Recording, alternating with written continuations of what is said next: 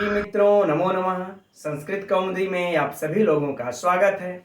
मित्रों, मैं आप सभी लोगों के लिए प्रतिदिन शाम 7:30 बजे निःशुल्क एलटी ग्रेड शिक्षक भर्ती के संपूर्ण पाठ्यक्रम की कक्षाएं संचालित करके अध्ययन करा रहा हूं, तैयारी करा रहा हूं। और इस कक्षा में आप सभी लोग जुड़ते हैं, मुझे अत्यंत प्रसन्नता होती है। और जब आप लोग कमेंट्स करते हैं, इतने अच्छे अच्छे कमेंट्स करते हैं कि मुझे अंदर से कितना उत्साह मिलता है कि मैं आप लोगों को और भी मेहनत करके कितने बेहतर ढंग से तैयारी करा सकूं, इसे मैं आप लोगों को शब्दों में नहीं बता सकता। कल अभी हम लोग मानसौर पद्धति और अर्थ पद्धति से लाइव टेस्ट प्रश्नोत्तरी किए। आप सभी लोग भाग लिए, बहुत ही अच्छा लगा। तो मित्रों, अब तक हम लोग मंगलाचरण, मूर्ख पद्धति, विद्वत पद्धति, मानसौर पद्धति और अर्थ पद्धति का अध्ययन कर चुके हैं। और अब आज की कक्षा में हम लोग इस दुर्जन पद्धति के पहले श्लोक और नीति शतक के इस 42वें श्लोक से अध्ययन प्रारंभ करते हैं। तो आप लोग अपनी नोट्स और अपनी पुस्तक नीति शतक लेकर के बैठ जाए मित्रों। चलिए हम लोग अपना अध्ययन प्रारंभ करते हैं।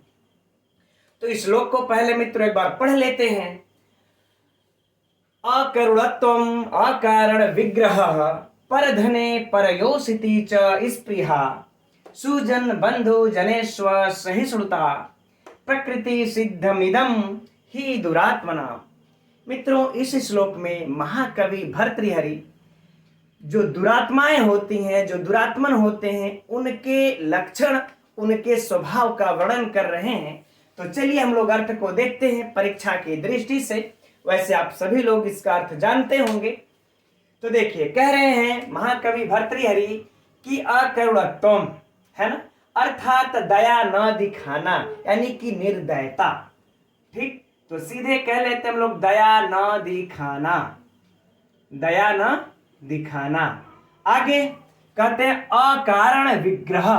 अकारण अर्थात बिना किसी कारण के, बिना किसी कारण के क्या, विग्रह। विग्रह मतलब मित्रों कलह करना, झगड़ा करना, बिना किसी कारण के कलह करना, झगड़ा करना। और कह रहे हैं कि परधने अर्थात दूसरों के धन में, पर मने दूसरों और धने मने दूसरों के धन में सप्तमी विभक्ति है मित्रों, तो दूसरों के धन में। परयोषिति और च अर्थात और, पर मतलब दूसरों के क्या, स्त्री, योषिति मतलब मित्रों स्त्री, स्त्री में स्पृहा, स्पृहा अर्थात चाह रखना। तो कह रहे हैं कि दूसरों के धन और दूसरों के स्त्री में चाह रखना। फिर आगे कहते हैं सुजन बंधुजन। सुजन अर्थात जो सज्जन लोग होते हैं उनसे, और बंधुजन का मतलब जो बंधुजन होते हैं अर्थात भाईजन जो होते हैं उनसे। बंधु जनेशु, अब मित्रों इसको थोड़ा सा हम लोग इसके में जो संधि हुई है, सुजन बंधु जनेशु असहिष्णुता, विच्छेद कर लेंगे तो असहिष्णुता हमें प्राप्त हो जाएगा। ठीक, तो असहिष्णुता अर्थात कि सहिष्णुता न रखना, सहिष्णुता न रखना अर्थात क्रूरता रखना, सहिष्णुता, सहिष्णुता न रखना। ठीक, न रखना कर लेते हैं, चलिए ठीक है। तो कह रहे हैं कि सुजन और बंधु जन से में, चूंकि सप्तमी है तो कर लेंगे सुजन और बंधु जन में सहिष्णुता न रखना। ठीक, प्रकृति, प्रकृति अर्थात स्वभाव, प्रकृति अर्थात स्वभाव, सिद्धम मने स्वभाव सिद्ध कर लेते हैं। प्रकृति सिद्धम मतलब स्वभाव सिद्ध, इदम मने यह, कौन, ये सब जो हम लोगों ने अभी पढ़ा, यह स्वभाव सिद्ध, ही मने निश्चय ही, दुरात्मना मने दुरात्माओं के लक्षण होते हैं, दुरात्माओं के लक्षण होते हैं। ठीक, तो स्वभाव सिद्ध, दुरात्माओं के यह सब स्वभाव सिद्ध लक्षण हैं। ठीक, संपूर्ण अर्थ को एक बार पुनः देख लेते हैं मित्रों। कह रहे हैं कि दया न दिखाना, किसी से भी बिना किसी कारण के झगड़े करने, दूसरों के धन में और दूसरों के स्त्री में चाह रखना, और सज्जन बंधुजन से सहिष्णुता न रखना, यह सब दुरात्माओं के स्वभाव सिद्ध लक्षण हैं। उनके अंदर स्वभाव ही यही होता है, उसमें कहीं अलग से नहीं होता। तो यह दुरात्माओं के स्वभाव सिद्ध लक्षण है। ठीक मित्रों, अर्थ कंप्लीट। अब हम लोग चलते हैं इसमें परीक्षा उपयोगी प्रश्नोत्तरी की तरफ साहित्य से, तत्पश्चात व्याकरण देखा जाएगा। ठीक, तो पहला तो मित्रों ये समझिए कि प्रकृति सिद्धम इदम ही दुरात्मनाम, यह सुक्ति है, जबरदस्त सुक्ति है, महत्वपूर्ण सुक्ति है, परीक्षाओं में प्रायः पूछा जाता है, इसको नोट कर लीजिएगा। अब दूसरा कि स्वभाव सिद्ध दुरात्माओं के कितने लक्षण है, वेरी वेरी महत्वपूर्ण प्रश्न है। दुरात्माओं के स्वभाव सिद्ध कितने लक्षणों का वर्णन नीति शतक में हुआ है, तो काउंट कर लीजिए। दया न दिखाना 1, बिना किसी कारण के झगड़ा करना 2, दूसरों के धन में चाह रखना 3, स्त्री में चाह रखना दूसरों के 4, और सज्जन से सहिष्णुता न दिखाना 5, और बंधु जन से भी सहिष्णुता न दिखाना 6। ठीक, ये दुरात्माओं के 6 स्वभाव सिद्ध लक्षण है जो कि महाकवि भर्तृहरि अपने नीति शतक में लिखे हैं। तो ये 6 दुरात्माओं के स्वभाव सिद्ध लक्षण होते हैं मित्रों। बहुत महत्वपूर्ण प्रश्न है परीक्षा के लिए, इसको नोट कर लीजिएगा। ठीक, अब होता है, अब क्या है, अब इस तरह से प्रश्न, ये तो 2 महत्वपूर्ण प्रश्न हो गए। अब अगला प्रश्न देखिए, इस तरह से पूछा जा सकता है, दुरात्माओं के अधोलिखिता नाम, यानी निम्न नीचे जो लिखे हुए हैं उसमें से कौन दुरात्माओं के स्वभाव सिद्ध लक्षण हैं। इन 6 में से 3 का नाम देकर के सर्वे भी कर सकता है उपरोक्त सभी, या फिर इसमें से किसी एक का नाम लिख देगा 6 में से, उसमें से एक को छांटना रहेगा। तो मित्रों, हम लोगों को यह दुरात्माओं की संख्या के साथ साथ कि 6 स्वभाव सिद्ध लक्षण होते हैं, इस संख्या के साथ साथ कौन कौन होते हैं यह भी याद रख लेना होगा। ठीक है ना, क्योंकि इसमें से यह भी प्रश्न बनता है, पूछा जा सकता है।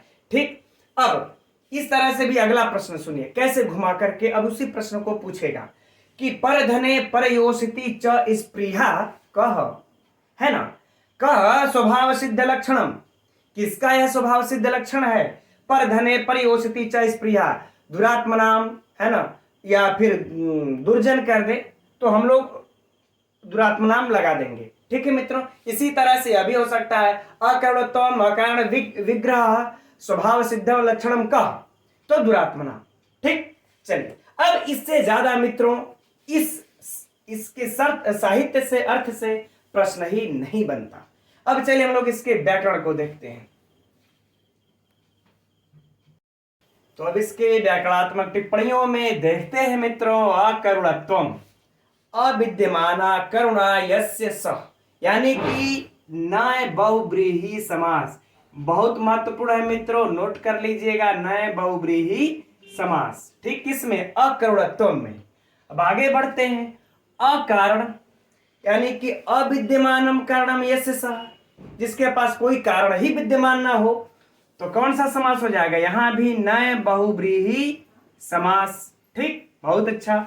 अब देखिए अकारण विग्रह, यानी अकारण चासव विग्रह, तो पूरे में कौन सा समास हो जाएगा, कर्मधारय समास, यानी अकारण विग्रह में कर्मधारय समास।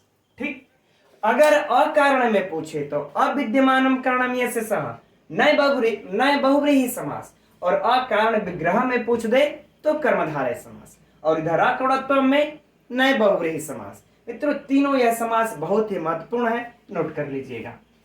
आगे है परधने, यानी परस्य धनम, दूसरे के धन में, तो परस्य धनम षष्ठी तत्पुरुष समास हो जाएगा। परस्य धनम, फिर सुआदि की उत्पत्ति करके हम अपनी आवश्यकता अनुसार सप्तमी विभक्ति के एक वचन में बना लेते हैं परधने। समास क्या हुआ है, परस्य धनम, षष्ठी तत्पुरुष समास। ठीक, और अगर इसमें विभक्ति पूछ दे तो सप्तमी विभक्ति एक वचन। उसी तरह से परस्य और परयोषिति, यानी कि परस्य योषित, परस्य योषित, यहां पर भी दूसरे की स्त्री, कौन सा समास हो जाएगा, षष्ठी तत्पुरुष समास। दूसरे की स्त्री में तो परयोषिति, षष्ठी, अधिकरणे भावे सप्तमी, है ना। च स्पृहा, यानी कि स्पृह धन अंग घंटा, अंग धन टाप कर लीजिए, टाप प्रत्यय लगा लीजिए, हो गया स्पृहा बन जाता है। ठीक है, अब आगे देखते हैं। सुजन बंधु जनश्च, यानी सुजनश्च बंधु जनश्च कौन सा समास हो जाएगा? द्वंद्व समास। सिंपल है, सुजनश्च बंधु जनश्च द्वंद्व समास। अब फिर है असहिष्णुता, आगे है, इसमें तो मान लेते सप्तमी हो गया, सुजनश्च बंधु जनेषु, है ना, सुजन बंधु जनेषु। अब असहिष्णुता, ठीक है, तो असहिष्णुता में क्या हो जाएगा? न सहिष्णुता, न सहिष्णु, असहिष्णु, न सहिष्णु, असहिष्णु, यानी कि नए तत्पुरुष समास हो जाएगा। ठीक, अब इसके बाद असहिष्णु में हम प्रत्यय लगा लेते हैं तल धन टाप। कौन सा प्रत्यय लगा लेंगे मित्रों इसमें? तल, यानी असहिष्णु धन तल धन टाप, धन तल धन टाप। फिर से समझिएगा कि पहले हम असहिष्णु बना लेंगे, ठीक, नए तत्पुरुष के द्वारा असहिष्णु, उसके बाद असहिष्णुता चूंकि हमें बनाना है तो उसके बाद हम तल प्रत्यय लगा करके टप लगा करके असहिष्णुता बन जाएगा। ठीक, प्रकृति सिद्धमिदम, यानी कि प्रकृति सिद्धम, प्रकृत्या सिद्धम, यानी कि स्वभाव से सिद्ध। तो स्वभाव से सिद्ध मित्रों क्या हो गया? तृतीया तत्पुरुष समास, इदम ही दुरात्मनाम। ठीक, बाकी आप आगे इजी। तो मित्रों इसमें से जो परीक्षा उपयोगी है वह एक तो पहले प्रकृति सिद्धम तृतीया तत्पुरुष समास, और असहिष्णु में कौन समास है ना। फिर बाकी ऊपर के भी परीक्षा उपयोगी महत्वपूर्ण व्याकरणात्मक टिप्पणियां हैं, पूछी जा सकती हैं, इसे नोट कर लीजिएगा। अब बातें रह गई मित्रों इसमें छंद की, है ना। तो कौन सा छंद है? बसंत तिल का छंद। लक्षण क्या है? उक्ता बसंत तिल का तभजा जगोगा, है ना। चलिए, तभजा जगोगा, यानी कि इसमें कौन कौन हो जाते हैं? अरे बसंत तिल का नहीं है, द्रुत विलंबित माह है, क्षमा कीजिएगा, द्रुत विलंबित माह नभव भरव, है ना। न भरव, है ना, नभव भरव। ठीक, यानी कि 3 अक्षर, 3 3 6 3 9 3 12, नभ भर। गिन लीजिए, 1 2 3 4 5 6 7 8 9 10 11 12। ठीक, 12 अक्षर हम लोगों के आ गए। नगण है, नगण में क्या होता है? तीनों हर्ष होता है, कल भी चर्चा हो चुकी है, लिख करके आप लोग घटा सकते हैं। अ क रु, है ना, तीनों में क्या हुआ? गुरु। भगड़ है, या माता राज भा न स, यानी कि एक गुरु एक दो लघु, क्या हो जाएगा? एक गुरु हो गया। कैसे? ड़ गुरु कैसे होगा? इधर देखिए, त है, मैंने कल भी चर्चा की थी कि इधर यदि शब्दों के अगर आधा अक्षर हो तो पूर्व वाले शब्द को गुरु कर देता है ना, पूर्व वाले शब्द को गुरु कर देता है। तो आधा अक्षर मिला तो पूर्व वाले शब्द को हो गया गुरु। फिर व पे लघु, म पे भी लघु है, तो देखिए भगड़ भी हमारा घट गया, है ना। फिर बाद में पुनः भगड़ प्राप्त हो रहा है, तो देखिए का पे भी गुरु और लघु लघु, फिर से भगड़ घट गया। उसी प्रकार से रगड़ को भी घटा लेंगे मित्रों। तो कौन सा छंद हो गया? द्रुत विलंबित माह, ठीक है ना, द्रुत विलंबित माह नभव भरव। ठीक है, और मित्रों हाँ, अलंकार की चर्चा नहीं हुई, है ना। अलंकार की चर्चा मित्रों, ये जो सुक्ति है तो हम लोग अर्थांतर न्यास अलंकार लगा सकते हैं। ठीक है, अर्थांतर न्यास अलंकार लगा सकते हैं आप लोग। ठीक है, अब हम लोग आगे बढ़ते हैं अगले श्लोक के तरफ। तो यह रहा अगला श्लोक मित्रों, 43वां। तो पहले हम लोग इसको एक बार पढ़ लेते हैं, फिर अर्थ देखा जाएगा। करें, दुर्जनः परिहर्तव्यो विद्यालंकृतोऽपि सन् मणिना भूषिता सर्प किमसौ न भयंकरः। मित्रों इस श्लोक में महाकवि भर्तृहरि यह बता रहे हैं कि जो दुर्जन होते हैं ना, उनका त्याग कर ही देना चाहिए, उनकी त्याज्यता अनिवार्य है। अब देखिए अर्थ में देखते हैं क्या कह रहे हैं। कह रहे हैं दुर्जनः अर्थात दुर्जन, परिहर्तव्यो यानी कि त्याग करने योग्य होते हैं या फिर त्याग कर देना चाहिए, कर देना चाहिए। ठीक, दुर्जन का त्याग कर देना चाहिए। करे विद्या अलंकृतोपि, वह विद्या से अलंकृत है, वह विद्या से अलंकृत है या फिर सुशोभित है। विद्या से अगर सुशोभित है तो भी, ठीक, अगर वह विद्या से सुशोभित है, अलंकृत है, तो भी उसका त्याग कर ही देना चाहिए। ठीक। अब नीचे देखिए, बहुत ही सुंदर दृष्टांत दे रहे हैं महाकवि भर्तृहरि कि मणिना, अर्थात मणि से, भूषित माने भूषित या फिर सुशोभित, है ना, मणि से सुशोभित, सर्प माने सर्प, किम असौ माने किम माने क्या, असौ माने वह, क्या वह मतलब सर्प, क्या वह सर्प न भयंकर, क्या वह भयंकर नहीं होता है, अर्थात अवश्य भयंकर होता है। फिर से देख लिया जाए संपूर्ण अर्थ को। कह रहे हैं महाकवि भर्तृहरि कि दुर्जन यदि विद्या से सुशोभित है, विद्या से अलंकृत है, तो उसका भी त्याग कर देना चाहिए। क्योंकि देखो, जो मणि से सुशोभित होता है सर्प, क्या वह भयंकर नहीं होता, क्या वह विषधर नहीं होता, अर्थात वह अवश्य भयंकर होता है, जब भी मौका मिलेगा डस देगा। उसी प्रकार से यह दुर्जन भी वह विद्या से भले ही सुशोभित रहेगा, जब भी मौका मिलेगा आपको क्षति हानि अवश्य पहुंचाएगा, इसलिए इसका त्याग कर ही देना चाहिए। कितनी अच्छी अच्छी बातें लिखे मित्रों महाकवि भर्तृहरि, उनको प्रणाम करते हैं हम लोग। ठीक, चलिए अब मित्रों हम लोग परीक्षा उपयोगी प्रश्नों की तरफ चलते हैं। तो सबसे पहले तो हम लोग यह लगे हाथ यह देख लेते इसमें अलंकार कौन सा है। तो मित्रों देखिए, ऊपरी पंक्ति को बताने के लिए कितना बढ़िया नीचे का दृष्टांत दिए हैं। इस दुर्जन को किस प्रकार से त्याग करना चाहिए, क्यों, उसके लिए कितना बढ़िया दृष्टांत दे रहे हैं। अतः मित्रों यहाँ पर कौन सा अलंकार हो जाएगा, दृष्टांत अलंकार, है ना। चलिए अलंकार देख लिया, बहुत ही महत्वपूर्ण है मित्रों अलंकार ये, है ना। अब इसमें छंद देख लेते हैं मित्रों। तो इसमें छंद कौन सा है, अनुष्टुप छंद। चलिए अलंकार छंद दोनों देख लिया परीक्षा के लिए। अब इसमें मित्रों ये जो पंक्ति है ना, मणिना भूषितः सर्पः किमसौ न भयंकरः, बहुत ही महत्वपूर्ण है। इस पंक्ति को अंडरलाइन कर लीजिएगा, परीक्षा में प्रायः पूछी जाती है। किस पुस्तक से है, तो नीति शतकम से है। किस पद्धति का है, तो दुर्जन पद्धति का है। ठीक, चलिए अब और भी प्रश्न देखते हैं। तो ऊपर वाली पंक्ति से मित्रों एक प्रश्न बन जाएगा कि विद्या से सुशोभित होते हुए भी किसका परित्याग कर देना चाहिए, तो दुर्जन का, है ना। उसमें दे दुर्जन सज्जन फलाना ढिमका, ठीक है। तो किसका त्याग कर देना चाहिए, दुर्जन का। और बाकी इस पंक्ति से मित्रों ऐसा तो कोई प्रश्न बनता नहीं है, क्योंकि मणियों से मणि होते हुए भी कौन भयंकर होता है, तो सर पे तो कोई प्रश्न हुआ नहीं। चलिए, तो ये मित्र हो गया इसका इससे संबंधित प्रश्न, एक इस पंक्ति से, और ये वाला तो पंक्ति महत्वपूर्ण है, परीक्षा में पूछता है, दृष्टांत अलंकार, अनुष्टुप छंद। अब मित्रों इसके व्याकरणात्मक टिप्पणियों को देख लेते हैं, पर कुछ खास है नहीं ज्यादा। दुर्जनः दुष्टः जनः, यानी कि प्रादि तत्पुरुष समास। ठीक, दुष्टः जनः दुर्जनः। परिहर्तव्यो, परिधनह्री, धनतव्यत्, धनतव्यत्। अच्छा मित्रों, ऐसा तो नहीं कि मैं बहुत जल्दी बोल देता हूं, आप लोग समझ न पाते हो।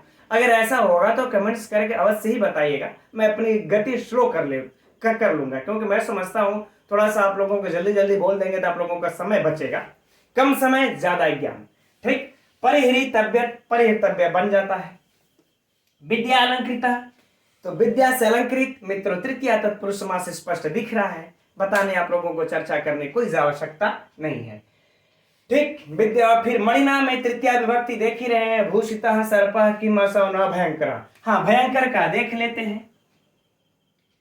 तो भय धन क्री धन खस हो जाता है मित्रों भयंकरः। ठीक है, तो हम समझते हैं इसकी व्याकरणात्मक टिप्पणी से जो महत्वपूर्ण प्रश्न परीक्षा में जो प्रश्न बन जाएंगे मित्रों, एक दुर्जनः में समास पूछा जा सकता है, और एक भयंकरः का प्रत्यय, तो खस प्रत्यय इसमें है। ठीक है मित्रों, चलिए तो छोटा सा श्लोक था, अब आगे बढ़ते हैं हम लोग अगले श्लोक की तरफ। तो यह रहा अगला श्लोक मित्रों, 44वां शार्दूल विक्रीडित छंद में। तो एक बार हम लोग इसको पढ़ लेते हैं। जाड्यम ह्रीमति गण्यते व्रत शुचौ दंभ शुचौ कैतवम शूरे निर्घृणता मुनो विमतिता दैन्यम प्रिया लापिनी तेजस्विनी अलिप्तता मुखर्ता वक्तरि अशक्ति स्थिरे तत्को नाम गुणो भवेत् स गुणी नाम यो दुर्जन ही न अंकितः। इस श्लोक में मित्रों महाकवि भर्तृहरि यह बता रहे हैं कि जो दुर्जन लोग होते हैं ना, वो लोग गुणियों का ऐसा कौन सा गुण होता है जिसमें कि दोष नहीं निकालते, अर्थात उनके सब गुणों में दोष निकालते हैं। अब क्या अर्थ है, चलिए देखते हैं। कह रहे कि जाड्यम, जाड्यम अर्थात मूर्खता है ना, मूर्ख या मंद बुद्धि। ह्रीमती मतलब लज्जाशील, लज्जाशील। तो कह रहे जो लज्जाशील व्यक्ति होता है, गण्यते मने समझता है या कहता है, विचार करता है, हम लोग समझता है बेहतर होगा लिख ले। तो कह रहे जो दुर्जन लोग होते हैं ना, वो लोग जो लज्जाशील व्यक्ति होता है, जो लज्जाशील व्यक्ति होता है उसे मूर्ख समझता है कि ये मूर्ख है। अगर वो लज्जाशील व्यक्ति है तो उसे मूर्ख समझता है कौन, दुर्जन लोग। चूंकि हम लोग दुर्जन पद्धति अध्ययन कर रहे हैं। आगे कह रहे हैं व्रत शुचौ।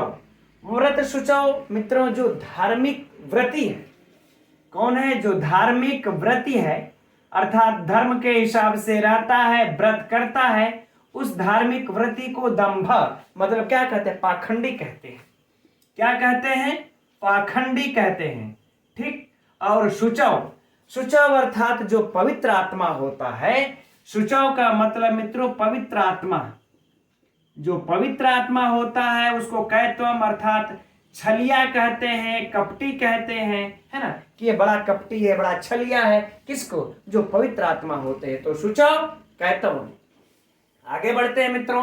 कह रहे हैं शूरे, जो वीर होते हैं, वीर में क्या कहते हैं सब, निर्घृणता अर्थात निर्दयता। निर्दयता यानी कि वीर में निर्दयता देखते हैं। ठीक।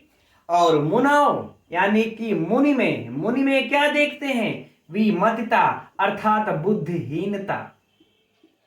मुनि में बुद्धिहीनता देखता है इन सबों को। ठीक। आगे देखते हैं। कह रहे हैं दैन्यम, दैन्यम मतलब दीन, दीन समझते हैं किसको, प्रियालापिनी। प्रियालापिनी, प्रिय मतलब क्या होता है, मीठा, और अलापिनी मतलब बोलना, यानी कि जो मीठा बोलना, जो मीठा बोलता है, मीठा बोलने वाले को, है ना, मीठा बोलने वाले में दीनता समझते हैं, उसको दीन समझते हैं कि बड़ा दीन है इसीलिए इतना मधुर बोल रहा है। ठीक। आगे देखते हैं। करें कि तेजस्वी अवलिप्तता। करे जो तेजस्वी होता है ना, जो तेजस्वी होता है उसको क्या समझते हैं सब, अवलिप्तता अर्थात गर्व, घमंडी कहते हैं। सीधे कहले हम लोग उसको घमंडी कहते हैं सब, है ना। दुर्जन लोग तेजस्वी को घमंडी समझता है। और मुखरता यानी कि वाचाल, यानी कि बहुत ज्यादा बोलने वाला, मुखरता यानी वाचाल समझते हैं किसको, वक्तन यानी कि वक्ता को। किसको, वक्ता को। कह रहे वक्ता को ये सब वाचाल समझते हैं कि फालतू में बड़बड़ बड़बड़ बोलता रहता है। और अशक्ति, अशक्ति का मतलब मित्रों कमजोर कह लें। ठीक। अर्थात जिसके पास शक्ति ना हो। कमजोर, स्थिर मतलब जो स्थिर रहता हो, जो धैर्य रखता हो। तो हम लोग सटीक अर्थ क्या निकाल ले इसका, धैर्य। जो लोग धैर्य रखते हैं उसको सब कमजोर समझते हैं। कौन, दुर्जन। ठीक। तो तत् को नाम, तो बताइए उनका को माने कौन सा, है ना, को नाम अर्थात कौन सा ऐसा, गुण माने गुण, कौन सा ऐसा गुण है, भवेत, भवेत स गुणी नाम माने गुणियों का। किसका, गुणियों का। तो बताइए गुणियों का ऐसा कौन सा गुण है जो दुर्जन ही माने दुर्जन लोग, न अंकित माने न कलंकित करते, अर्थात कलुषित नहीं करते। दुर्जन लोग कलुषित नहीं करते, अर्थात कि कलंकित नहीं करते। न अंकित, न माने नहीं, अंकित माने कलंकित या कलुषित, कलुषित नहीं करते। ठीक मित्रों, तो एक बार संपूर्ण अर्थ को पुनः देख लेते हैं। स्क्रीनशॉट लेना होगा, ले लीजिएगा। हमारे कुछ भाई बहन कहते हैं सर स्क्रीनशॉट लेना है, ठीक है। संपूर्ण अर्थ को देखते हैं।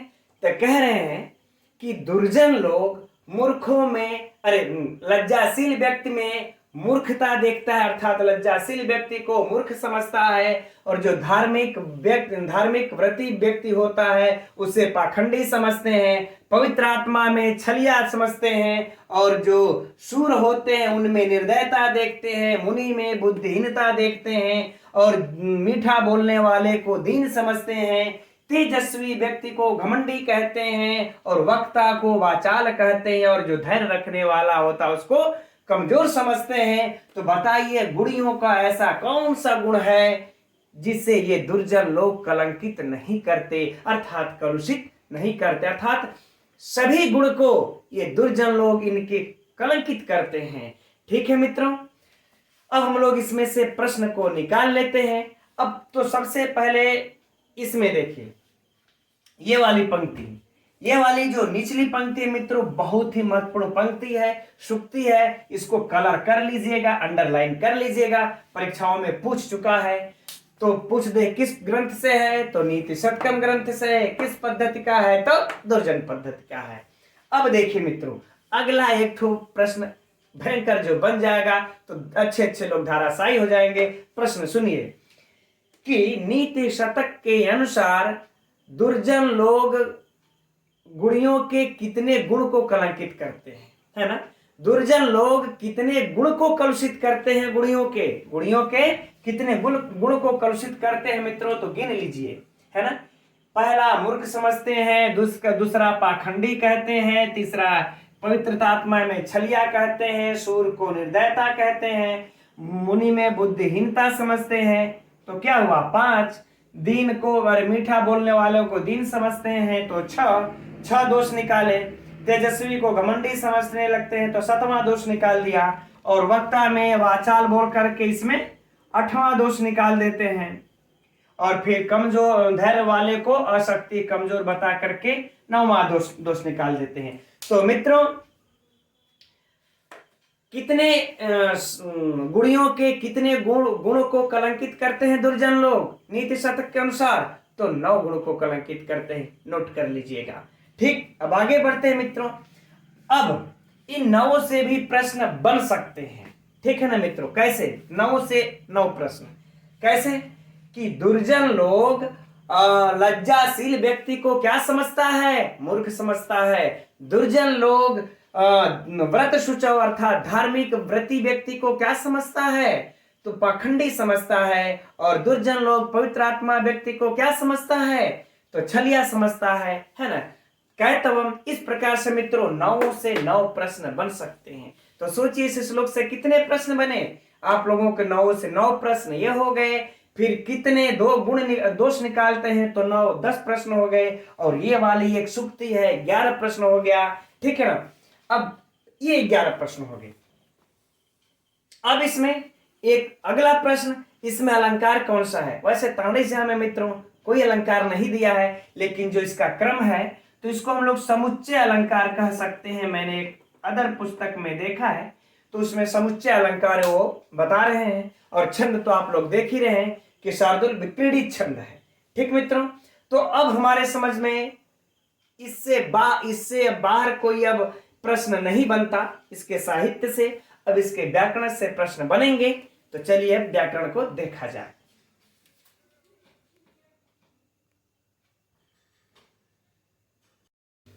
इस श्लोक के व्याकरणात्मक टिप्पणियों में मित्रों बहुत कुछ है, इसलिए इसका अध्ययन जरा हम लोग ध्यान से करते हैं।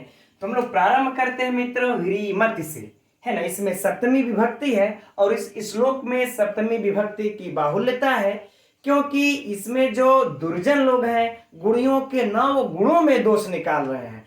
तो जो गुणियों के 9 गुणों में दोष निकाल रहे हैं, उस 9 गुणों में सप्तमी विभक्ति होगी। इसलिए पहले 9 गुणों को देख लेते हैं। ह्रीमति यानी कि सप्तमी विभक्ति एक वचन, है ना, कि उस लज्जाशील व्यक्ति में, किसका, जाड्य यानी मूर्खता गण्यते में देखते हैं, तो लज्जाशील व्यक्ति में सप्तमी विभक्ति एक वचन। व्रत शुचौ धार्मिक व्रति में, यहां भी सप्तमी। शुचौ सप्तमी। शूरे यहां भी सप्तमी, शूर में। मुनौ सप्तमी। प्रियलापिनी सप्तमी। तेजस्विनी सप्तमी सप्तमी, वक्तरी सप्तमी, स्थिरे सप्तमी। ठीक मित्रों, तो ये 9 गुण हैं और इस 9 गुणों में वो दोष निकाल रहे थे, इसमें 9 में सप्तमी विभक्ति। अब मित्रों हम लोग इसके एक एक का व्याख्यात्मक टिप्पणी भी देखते हैं, सिस्टम से देखेंगे मित्रों, बड़ा ही आनंद आएगा और समझ में भी आएगा। ठीक, अब ह्री का देखिए, तो ह्री धातु है, धन मतु पर प्रत्यय लगा करके फिर हम अपने आवश्यकता अनुसार सुवाद की उत्पत्ति करके तस्मिन में सप्तमी विभक्ति के एक वचन में बना लेते हैं ह्रीमती। तो जब पूछे ह्रीमती कौन सी इसमें विभक्ति वचन है, तो सप्तमी विभक्ति एक वचन, प्रत्यय कौन सा मतु, हो गया। इससे ज्यादा क्या पूछेगा। आगे बढ़ते हैं जाड्यम। जाड्यम का मित्रों आप लोगों से कई बार चर्चा हो चुकी है, जट धन से प्रत्यय मिल करके लग करके बन जाता है जाड्यम, बड़ा ही महत्वपूर्ण है परीक्षा की दृष्टि से। आगे बढ़ते हैं गण्यते व्रत शुचौ, व्रतेन शुचौ, है ना, यानी कि व्रत पवित्र तो हो जाएगा क्या, तृतीया तत्पुरुष समास, तृतीया तत्पुरुष समास। दंभ, दंभ शुचौ में सप्तमी देख ही रहे हैं। कैतोम का देख लेते हैं, कैतोम का क्या हो जाएगा, कितव धन अण, कितव धन अण बन जाता है कैतव। अब हम सुवाद की उत्पत्ति कर लेते हैं, नपुंसकलिंग प्रथमा विभक्ति एक वचन में बना लेते हैं कैतोम, सिंपल सी बात। आगे देखिए सूर्य, सप्तमी दिख रहा है, कोई समस्या नहीं, सप्तमी एक वचन। निर्घृणता में चलते हैं, तो मित्रों क्या बन जाएगा इसका, निर्घृण धन तल धन टाप, क्या बन गया, निर्घृणता। ठीक, सिंपल सी बात। अब बात करते हैं मुनव की, तो मन धन इन, क्या हो जाएगा मित्रों, मन धन इन, है ना। इसके बाद मुनि, उसके बाद सप्तमी विभक्ति एक वचन में क्या बन जाता है, मुनव, इन प्रत्यय सप्तमी विभक्ति एक वचन। ठीक, अब बात करते हैं मित्रों दैन्यम की। दैन्यम में इसकी चर्चा मित्रों पहले भी हो चुकी है, दीन धन से प्रत्यय, दीन धन से प्रत्यय, ये सब मित्रों बहुत ही महत्वपूर्ण है परीक्षा की दृष्टि से, व्याकरणात्मक टिप्पणियां ये सब, दीन धन से प्रत्यय। अब प्रिया लापिनी, तो क्या हो जाएगा इसका, प्रिय धन आ धन लप,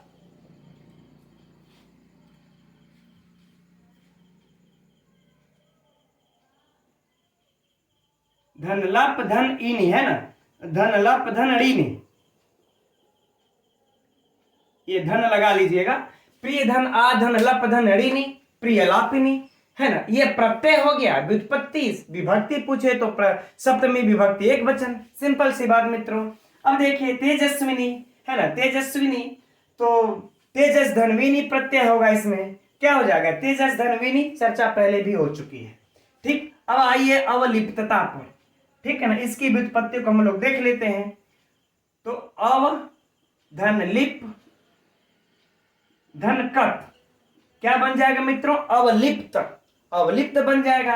इस अवलिप्त के बन जाने के बाद तब हम तल लगाएंगे और फिर टाप लगा देंगे और बन जाएगा अवलिप्तता।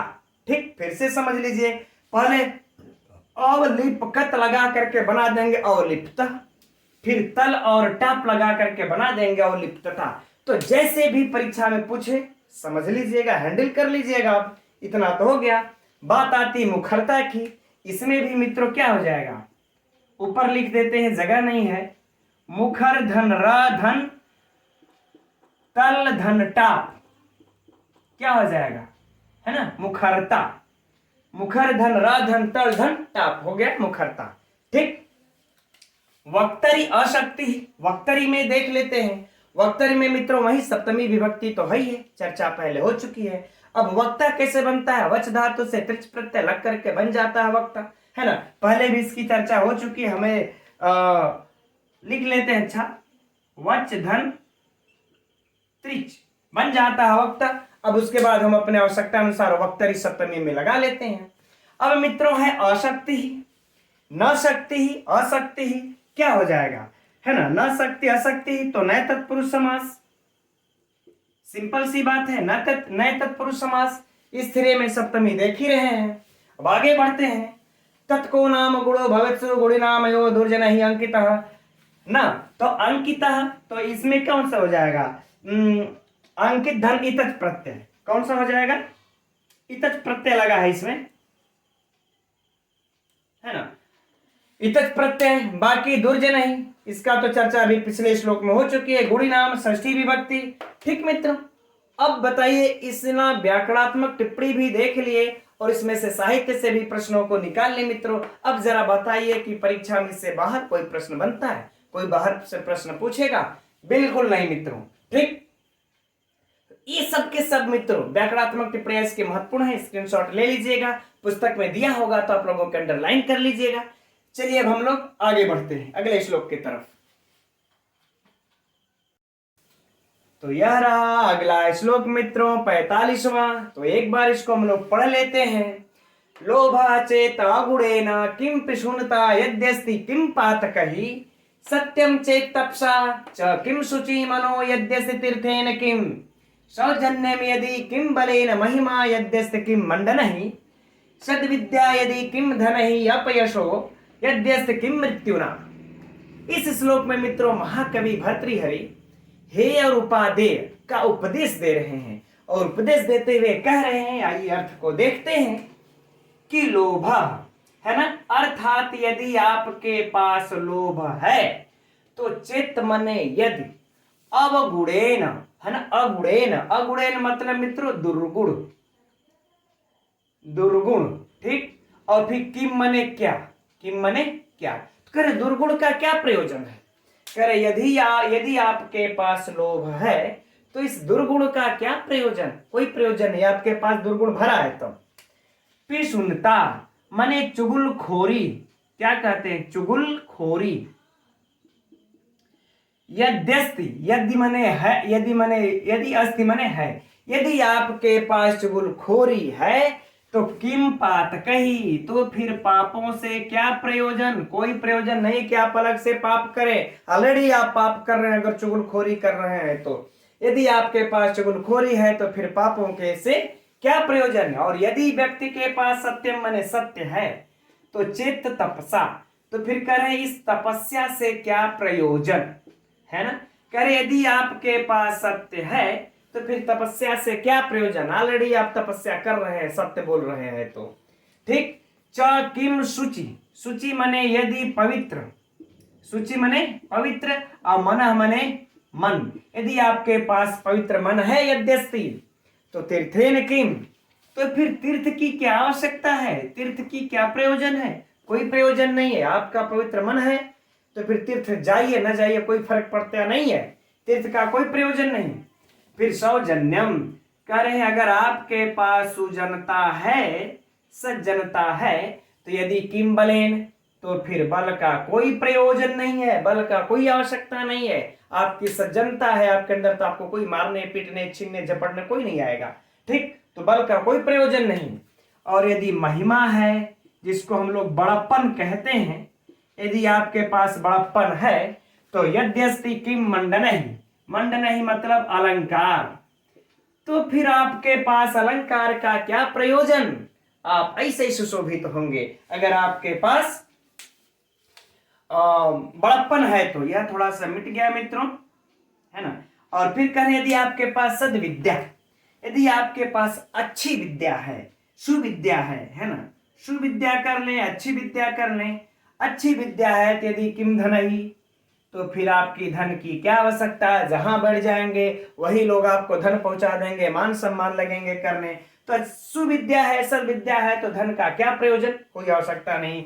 और कह रहे हैं यदि अपयश, यानी आपके पास यदि अपयश है तो यद अस्ति कि मृत्युना, मृत्युना करे मृत्यु से क्या प्रयोजन? आप ऑलरेडी मरे हुए हैं, ठीक है ना। तो कह रहे हैं कि मृत्यु से क्या प्रयोजन? यदि आपके पास अपयश है तो फिर मृत्यु की कोई आवश्यकता नहीं, आप ऑलरेडी मर चुके हैं। ठीक, अब संपूर्ण अर्थ को भी मित्रों एक बार देख लेते हैं। महाकवि भर्तृहरि कह रहे हैं कि यदि व्यक्ति के पास लोभ है तो दुर्गुणों से क्या प्रयोजन? यदि आपके पास, यदि व्यक्ति के पास, आपके पास नहीं, क्षमा चाहेंगे, व्यक्ति के पास कह ले।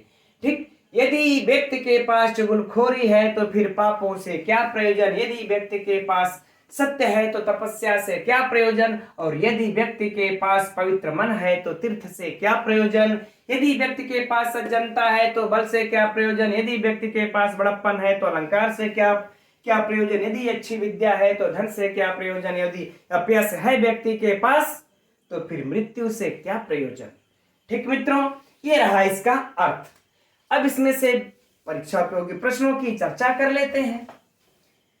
तो ये कितना हो गया मित्रों, यद्यपि इसमें से प्रश्न उस तरह से बनता नहीं है, लेकिन कितना हो गया इसमें, लोभ 1, ये चुगलखोरी पाप है ना 2, कितने प्रश्न बन जाएंगे बस वह देख रहे हैं, कोई प्रश्न नहीं है 3, पवित्र मन है तो तीर्थ का क्या प्रयोजन 4, और सुजनता है तो बल का क्या प्रयोजन 5, और फिर बड़प्पन है तो अलंकारों का क्या प्रयोजन 6, और फिर से विद्या है तो धन का क्या प्रयोजन 7, और अपयश है तो इसका 8 है ना।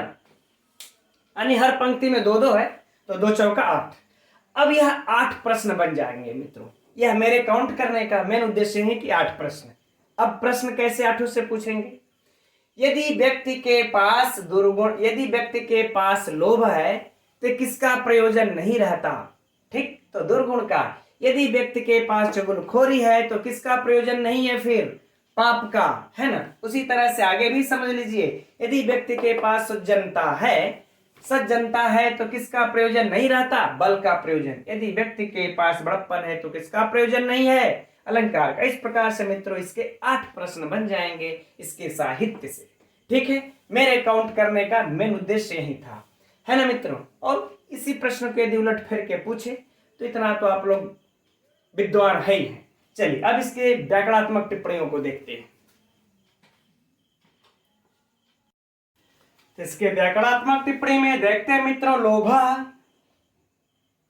लोभ धन घय प्रत्यय लग करके बन जाता है लोभा। फिर क्या है आगे, चेत अगुणेन, है ना, अगुण न गुण अगुण, तो नए तत्पुरुष समास। फिर तृतीय विभक्ति के एक वचन में सुआदी उत्पत्ति करके हमने बना लिया अगुणेन। पिशुनता, पिशुनता का क्या हो जाएगा, पिशुन, पिशुन धन तल धन टाप, है ना, जैसे हम लोगों ने पीछे भी देखा था, मुखरता पिशुनता, है ना।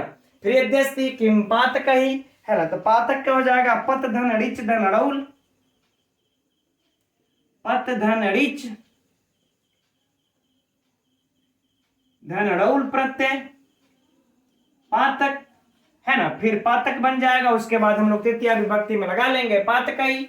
सत्यम चेत तपसा किम शुचि मनो यद्यस्य तीर्थेन किम, बाकी इसमें कुछ है नहीं। सौजन्यम, सुजन से शय प्रत्यय लग करके बन जाएगा मित्रों सुजन धन शय प्रत्यय सौजन्य, सौजन्यम बन जाएगा यदि किम बलेन महिमा। हाँ, ये वाला बहुत बहुत बहुत महत्वपूर्ण है मित्रों, है ना, महिमा का। कई बार परीक्षा में पूछ चुका है। महत धन इमनिच, एकदम इसको अंडरलाइन कर लीजिएगा, पुस्तक में ही नहीं अपितु तो इसको दिमाग में भी नोट कर लेने की आवश्यकता है। महत धन इमनिच, है ना, पुस्तक तक ही नहीं, क्योंकि बार बार परीक्षा में पूछ चुका है। इमनिच यद्यस्ते किम मंडन ही सद्विद्या यदि किम धन ही अपयशो यद्यस्ते किम मृत्युना, है ना।